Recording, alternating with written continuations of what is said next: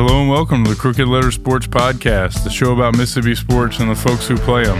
I'm what's left of Tyler Cleveland from Scorebook Live, Mississippi. I'm joined here by my co-host Rick Cleveland of Mississippi Today fame. Dad, we were together all weekend, so That's why we're both sick. Yeah, that's right.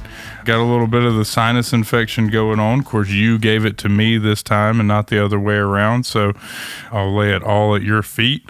But got the high school softball championships in the book last week. Enjoyed the weekend down in New Orleans with my sister, your daughter Annie, graduating from law school. That went off without a hitch. And now we've got the baseball championships this week. Starting, we're recording this on Tuesday morning. The games begin at 10 a.m. today and run through Saturday. So another busy, got the SEC baseball tournament. I mean, hell, is it hardly enough time to turn off the TV or get some sleep? That's right. We got the Sun Belt Tournament as well, the Southeastern Conference Baseball Tournament, the MHSAA State Tournament. Yeah, it's all going on. And as you will recall, we predicted the winner of the PGA Championship last week. And do you think I was going to let you forget? Well, I thought you would open with that, but I'm just going ahead and giving you a blank check here. Go ahead. Well, I would like to pretend that there was a lot of thought that went into me picking Xander Schauffele to win the PGA Championship as he did over the weekend, for the record. But in an effort to make my head not grow any bigger than it was, I've picked Xander Schauffele to win the last three majors. So, and like I said in last week's episode, if you go back and listen, I'm going to keep picking Xander Schauffele because it's going to happen eventually. And eventually just happened to be this past weekend. And I told you, and I'd like to say that I didn't put a lot of thought into it, I told you that you're crazy that Schauffele can't win. And so what happens? He won. And I had Scotty Scheffler, the odds-on favorite. And boy, is that the weirdest thing that's ever happened at a major golf tournament ever? It's certainly an odd story to come out of a PGA Tour golf tournament, for sure.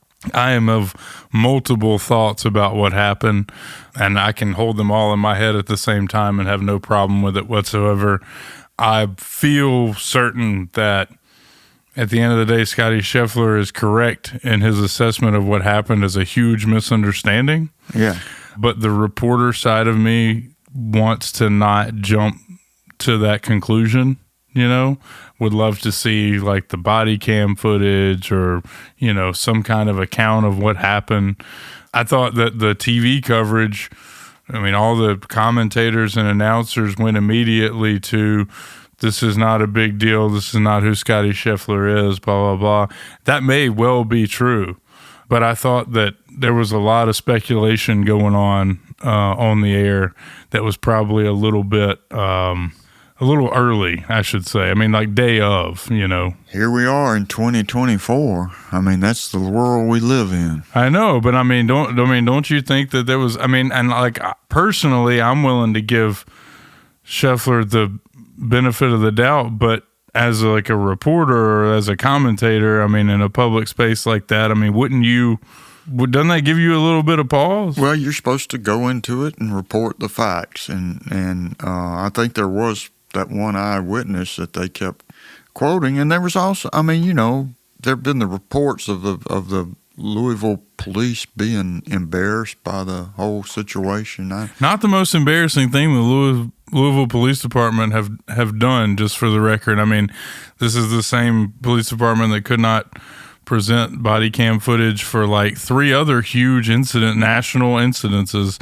It is embarrassing. Can you imagine being the mayor of Louisville and waking up that morning to like 60 missed calls?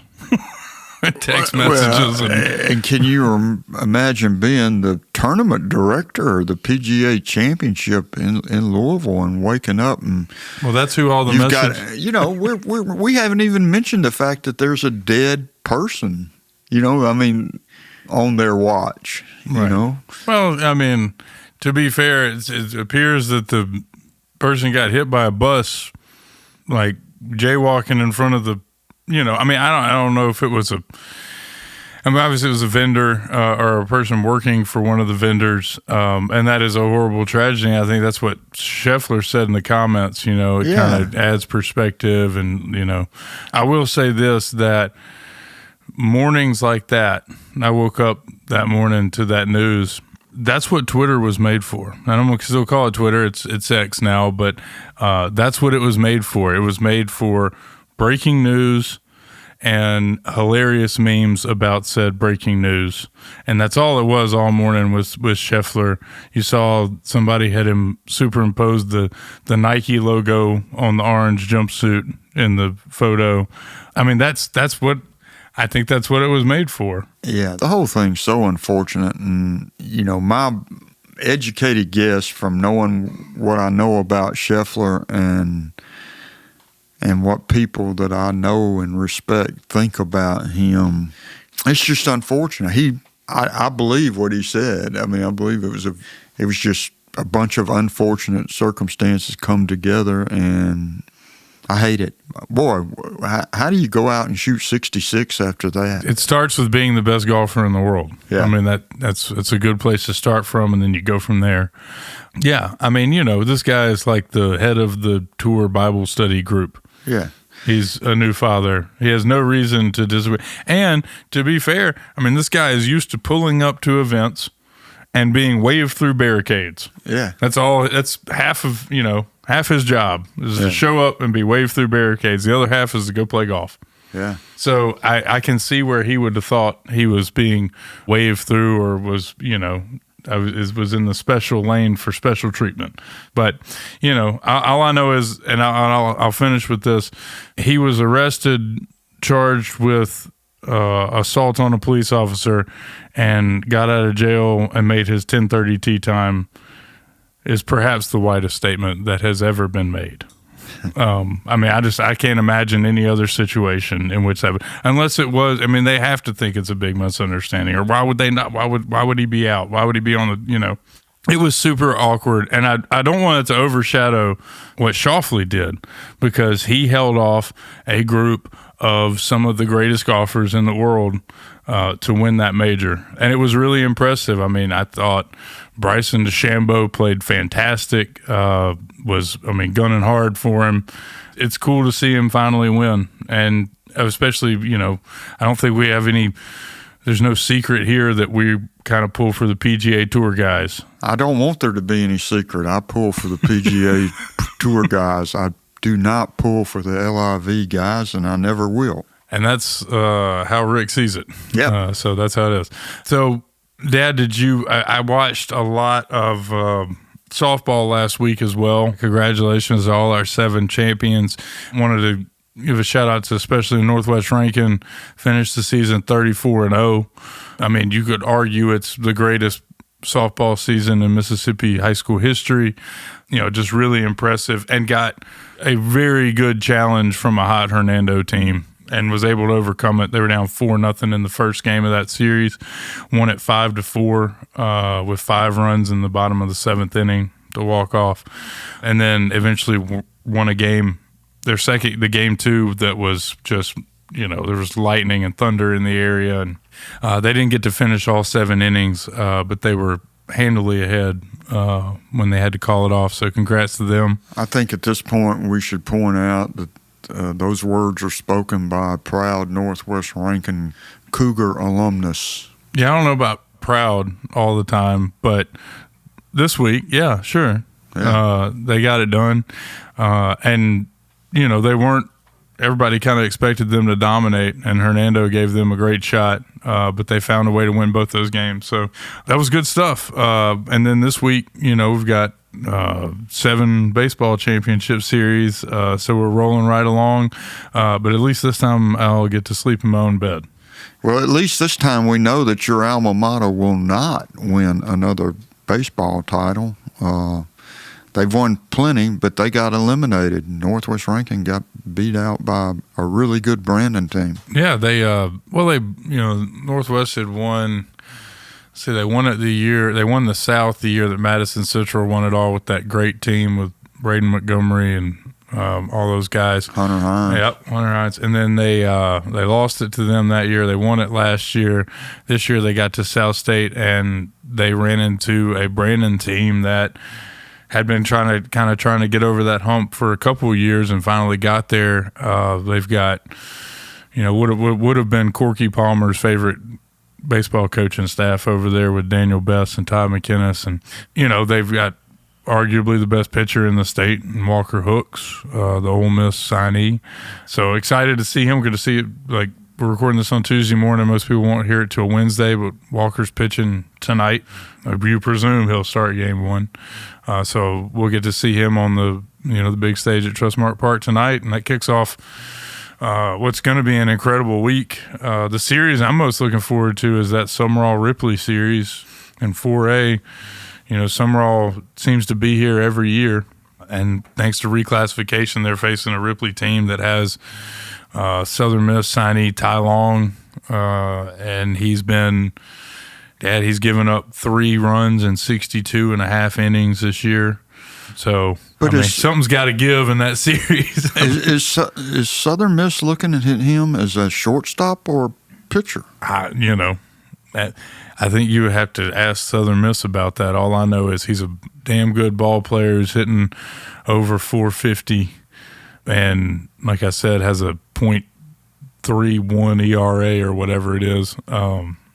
Just been filthy. So, and Summerall's got 2 really, really good pitchers in the Odom kid and Drew Davis. So they've got a great chance to win. They're depth-wise, they're probably deeper, but man, Ripley's been so good. I think it's going to be a really good series. Yeah, I'm going to be there at 4:00 today.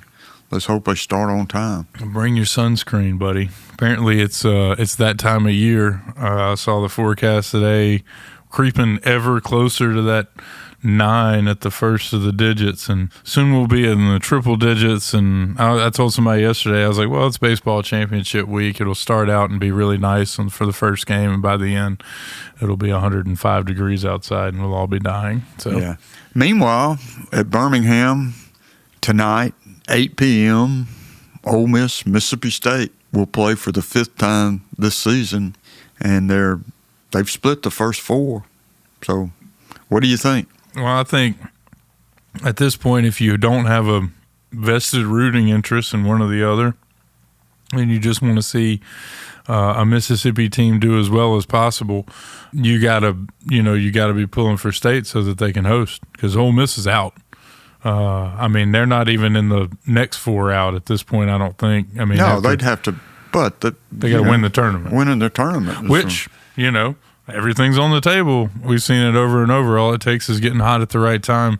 But I just feel like at this point, Mississippi State has been trending up for weeks. Ole Miss been trending, especially, I guess, let's face it, this last week, getting swept in those 4 games. They desperately needed to win at Hattiesburg, and then they desperately needed to have, a good showing down there in Baton Rouge. I just think they needed to win 2 of the 4 games, and they didn't win any of them.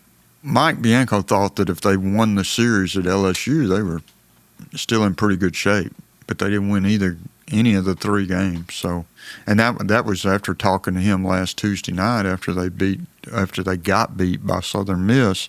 He still thought they would be in good shape should they win 2 games at Baton Rouge, and as we know, they got swept.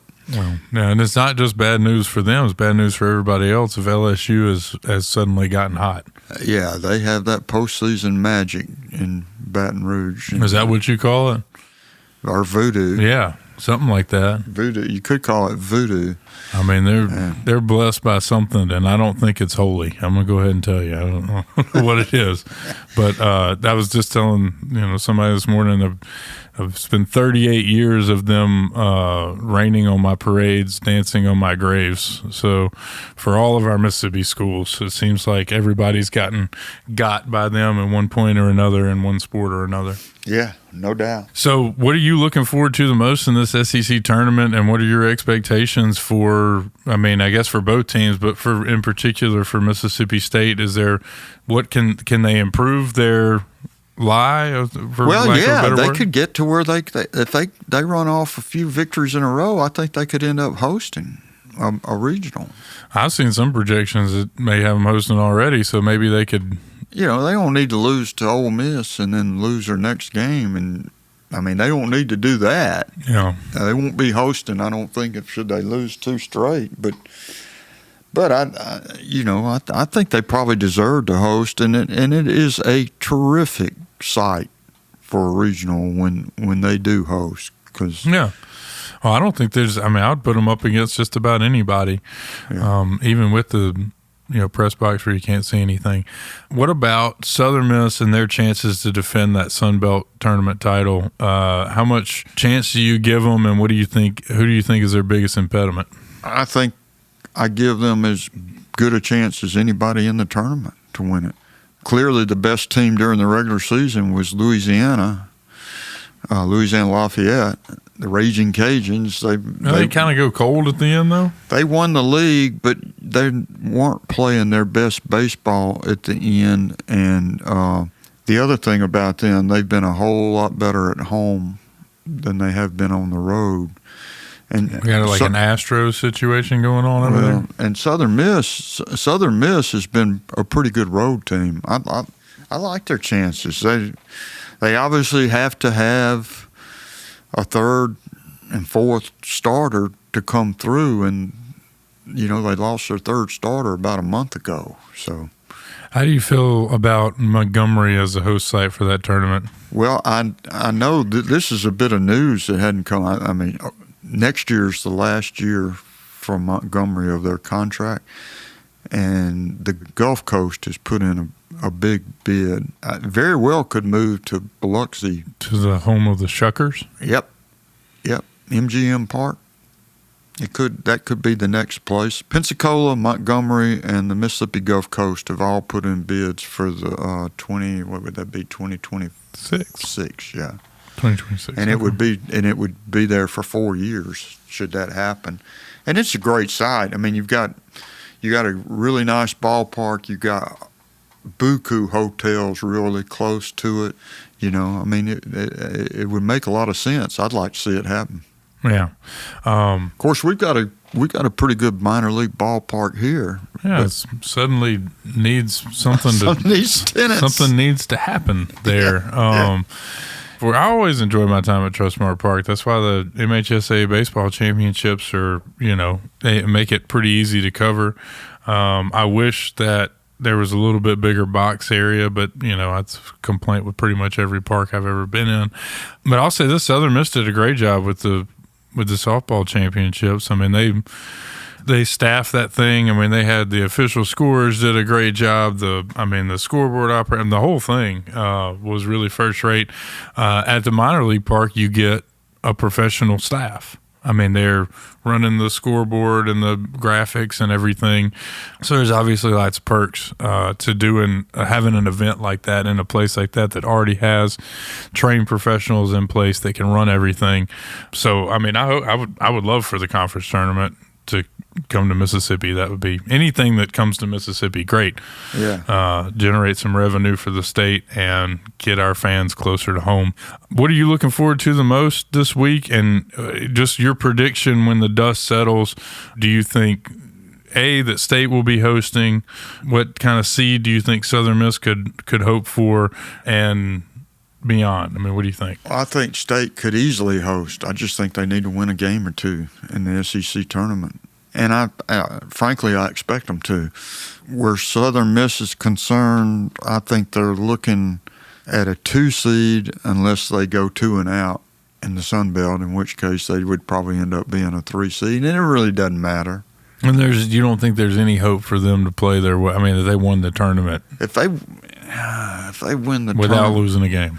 If they win the tournament without losing a game, it'd be borderline. I think they're 25 right now. I was looking at rankings this morning. Yeah, they're 25 in all the polls, 24, 25 in all the polls. Only 16 host sites. Yeah. Tough to move up 9 spots in a week. Let's put it this way. If they were to host, they would be hosting, I think, as a 2 seed. I just don't think there's any way they can get to be a 1 seed.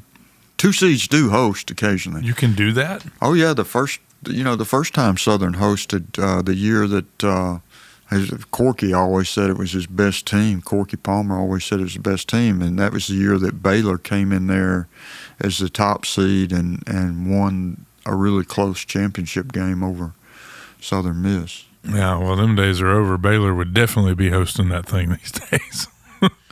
I don't know. Well, yeah. I don't think they're going to be hosting as a 2 seed. I just don't. I never have even heard of that before this moment. I'd said that the year Southern did it was not by any means the only time it's happened. But you could have a thing where the top seeded team just has a conflict with its ballpark. I mean, that happens too. Or the number 1 seed has a ballpark that's not NCAA regional quality.